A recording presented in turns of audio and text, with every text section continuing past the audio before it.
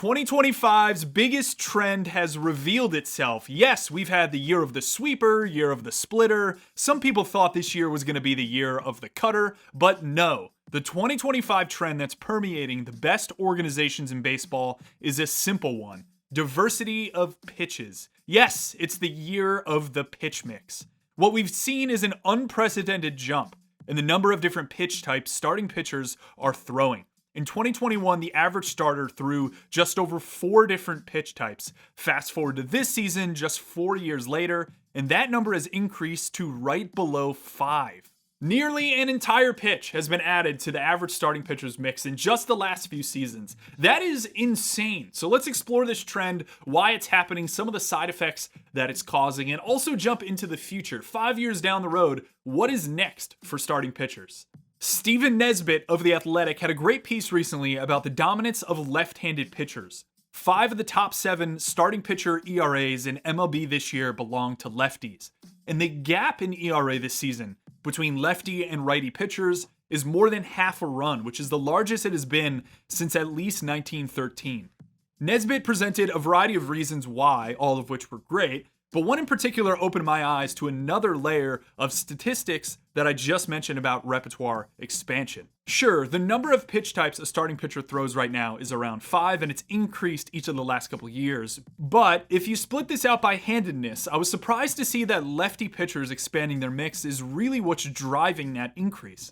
Nesbitt found that while right-handed pitchers went from about 4.5 pitches to over 5 this season, lefties increased from 3.85 back in 2021 all the way to 4.97 this season. His overall numbers were slightly different than mine, but still displaying the same overall trend. Now, my initial thought was that because velocity has increased, it raised the floor on the quality of pitches you can add as a lefty, making them more willing to expand their mix from the stock fastball, changeup, curveball offerings. But this largely isn't true. Left-handed pitcher velocity has actually remained pretty stagnant since 2021. They sat 92.7 miles per hour on their four-seamers back then, and it's been up at about 93 for the last few seasons. What's really changed with lefties, and particularly how they approach right-handed hitters, who they face almost 3/4 of the time, is just backing off pitches that don't perform well and embracing those that do.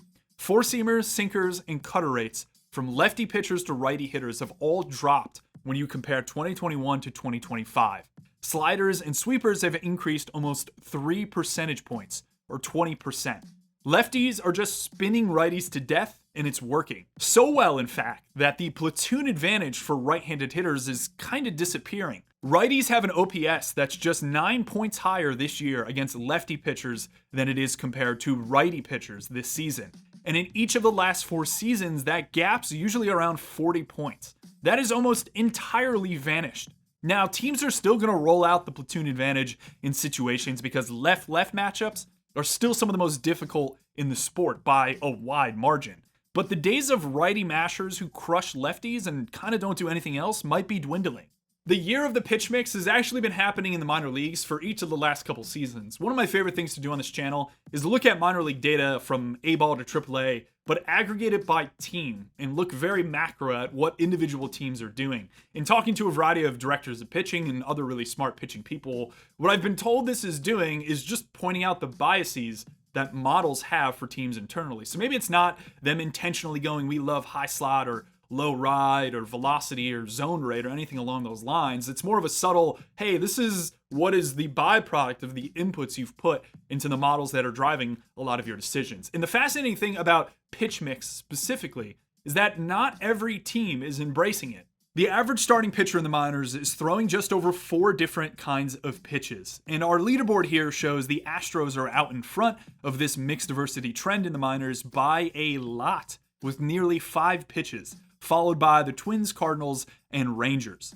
The 4 teams that have the most consolidated repertoire, so have the fewest number of pitches in a repertoire in the minors, are the Rockies, Blue Jays, Angels, and Rays. But let's go a bit deeper. If we look between 2023 and 2025 at which organizations increase the number of pitch types they're starting pitchers through, we get a list that I like a lot. The top 4 increases from 23 to 25 are the Astros, Rangers, Mets, and Dodgers, 4 teams that are squarely in consideration for the top 15 pitching development orgs in baseball, if not top 10.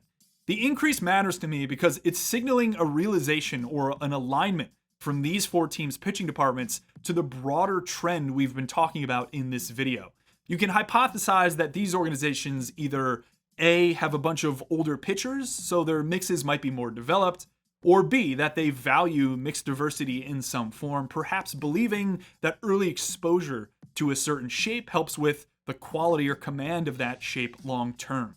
On the other end of the spectrum, we have a fascinating mix of teams. The Angels and Rockies are probably the 2 worst teams in baseball at pitching development, but the Rays are probably one of the best. We see a subtle uptrend in the minors as well, year over year, with how many different pitch types guys are throwing, similar to what's happening in the majors. The Rays, however, are going in the opposite direction. They've actually contracted their mixes. They're really focused on consolidation in the minors, throwing barely 3.5 different pitch shapes per pitcher. Here we can hypothesize that either A, these teams are kind of unaware of what's happening league-wide, B, they have a bunch of relievers and they're still kind of deciding who will be pushed into a starter, C, things like cutters and sinkers are probably pretty easy to add once you get to the majors, they're finishing pitches, so to speak, or D, they see some value in simpler mixes earlier in career, maybe prioritizing something like zone rate, which is a stat that the Rays lead the minors on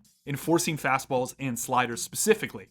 Minor league data does a great job of highlighting which organizations in baseball are aligning with these broader trends and still finding success, or perhaps which organizations don't really align with these trends but still have success overall. There's multiple ways you could get to success as an organization, obviously. But from this macro, let's go to the very specific micro. There's a specific thing I noticed among major league pitchers that helped me verify this preseason trend that I predicted was coming to fruition. With public exposure to stuff models starting a few years ago, the primary mantra was throw your best pitch most often. And for the first time, we as fans could see the underlying shape data and could quickly ascertain, independent of a pitch's results, what a guy should be throwing more.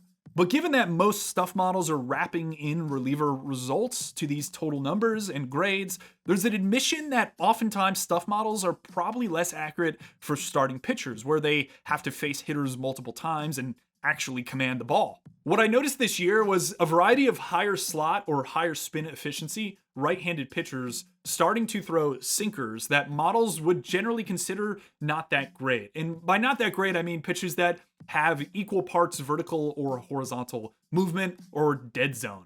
The names that jumped out to me were Tyler Glasnow, Jack Leiter, Chris Paddock, Taj Bradley, Gavin Williams, David Festa, Nathan Eovaldi, Hurston Waldrep. Yeah, there's a lot of these guys.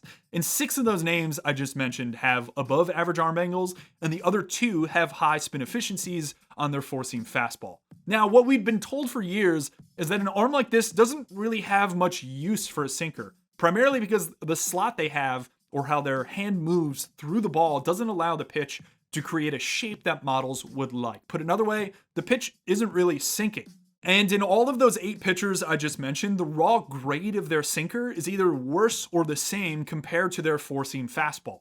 Now, perhaps this is because we're not looking at handedness specific stuff plus, or all of these guys throw pretty hard and velocity can protect bad shape, but the idea holds that none of these guys are creating what we'd consider good sinker shapes. The reason they're still throwing these pitches is at the root of mixed diversity taking over the league. I'll put it like this. The value of adding a below average pitch to aid in the mixed diversity of a pitcher's repertoire as they turn over lineups is greater than the disadvantage of throwing a suboptimal pitch more. The whole is greater than the sum of its parts. The incentives are just different for starting pitchers than relievers, and I think that sometimes gets lost in stuff models.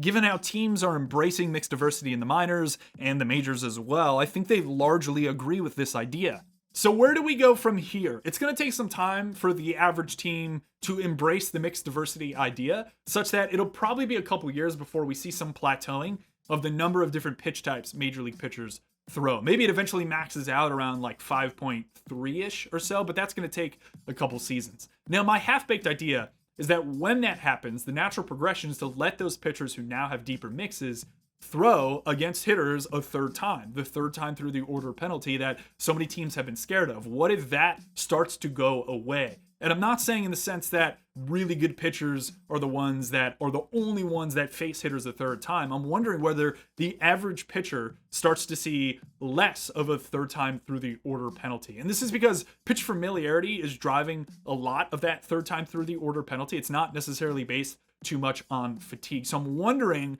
if we get into this era of what I'll call randomness overall, where teams start to really focus on how to be unpredictable and weird and take some advantage on the optimization route through their catchers specifically to turning over lineups late in games with their starting pitchers. Now, this is hard. I don't think it's something that the average team's going to figure out, but if you believe the general concept that starting pitching, controllable starting pitching is the most valuable thing in baseball, this is what all the big teams are trying to do. The Mets, the Dodgers, the Tigers, who are a very good pitching development organization. Maybe not so much the Rays, who embrace more the reliever side, but I wonder whether those super smart teams that have the ability to develop starting pitchers are focused on how do we let this pitcher go into the sixth inning to the point where their stats are equal or better than our more middling relievers. And we could get a guy to throw 6 and then go to 3 really good relievers. Kind of almost reverting back to the old school idea of just letting a guy go 6 innings, but he's actually got to be successful that third time through. So that's where I think this randomness idea comes into play.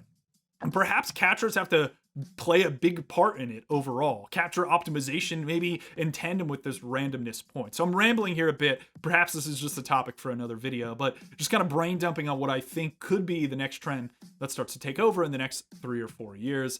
I hope you enjoyed this video. As always, thanks for watching. Subscribe if you haven't already, and I'll see you soon.